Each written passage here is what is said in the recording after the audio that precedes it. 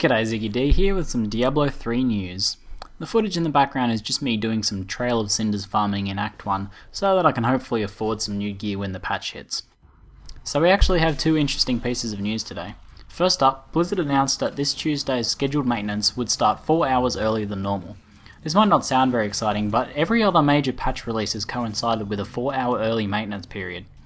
This means that there's a very good chance that the patch 1.0.5 will be released 3 AM PDT on Tuesday the 16th of October. This matches up nicely with the fact that the last PTR update was mainly bug fixes and that they've been hyping up the patch again a bit with the Monster Power blog post. If we don't see the patch release on Tuesday, I would actually be very surprised.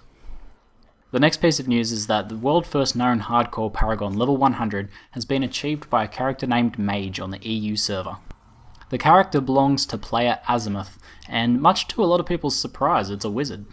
This surprised me too, but not because I think wizards are underpowered. This surprised me because it wasn't a witch doctor. The way witch doctors play in farm in hardcore is really impressive, and above all else, it's really safe. I'll put a link to Mage's character profile in the description below.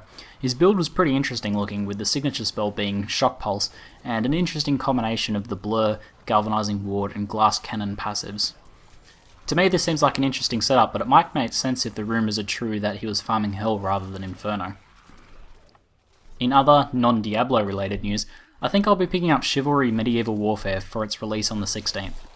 Despite possibly being the same day as the patch for Diablo, I'm pretty keen to try this game out. If you haven't seen it before, it's a first-person medieval combat game, and the combat mechanics seem really in-depth and interesting. It's kind of giving me nerd shivers just to watch the beta footage of it, especially one-on-one duels. Needless to say, if I end up getting it, I'll most definitely be making videos on it.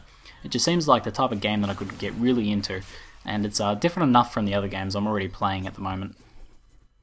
If you have any questions or thoughts on the news today, especially me possibly covering Chivalry, please share them in the comments below. The interaction I get with you guys on YouTube is my favourite part of the whole activity, well, apart from playing video games.